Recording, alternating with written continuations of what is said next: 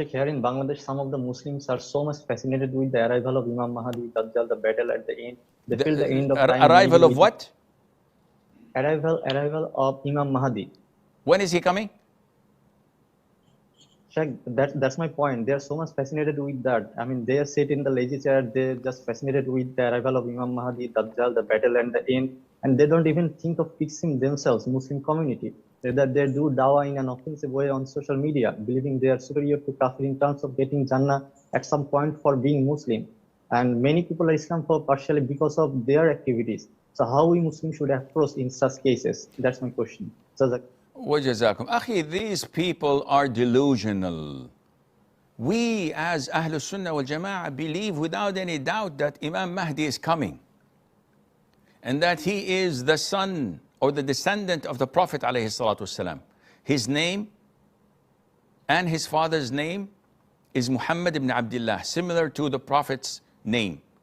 And that Allah would guide him overnight, meaning all of his life he was, I wouldn't say a playboy, but he wasn't a practicing person. But overnight, Allah guides him and he becomes a righteous practicing Imam.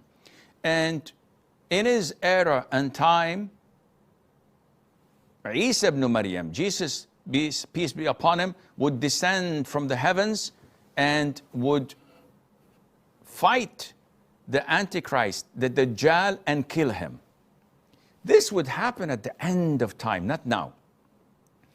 But his arrival, their arrival, doesn't mean anything to you and me, because we know that among those who will follow the Dajjal are many Muslims who would turn on their heels and leave Islam. And this is why the Prophet ﷺ ordered us to seek refuge in Allah every single salat.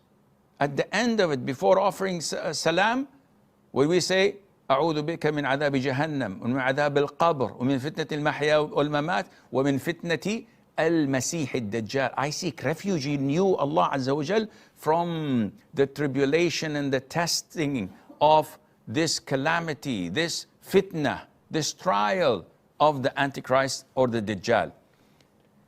The Prophet told us that those with weak Iman would come to see him and they would turn back on their heels and follow him. And this is why the Prophet says, whenever you hear of the Dajjal, do not confront him and run.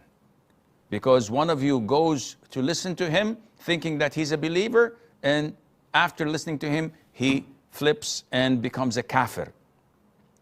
Therefore, don't care when Al-Mahdi is coming, because if he comes in the state that you and I are in today, most likely we would not follow him. Our Iman is weak. We're not committed to Islam. We can't even pray Fajr on time in the masjid.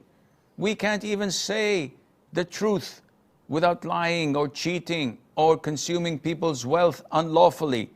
We abuse our wives, and we're not fair with our children, and we're not good with our neighbors, and we do not connect our next of kin. What kind of a Muslim are you talking about? So be careful of these people and don't spend time debating or arguing with them. Let them be. Focus on yourself, on fixing yourself, your family, your relatives, your neighbors, your colleagues, those around you, and build a strong foundation and cement Iman in their hearts, because if you do so, then inshallah, when Imam Mahdi comes, you will be one of his supporters, if not one of his commanders, with the grace of Allah Azza wa Jal.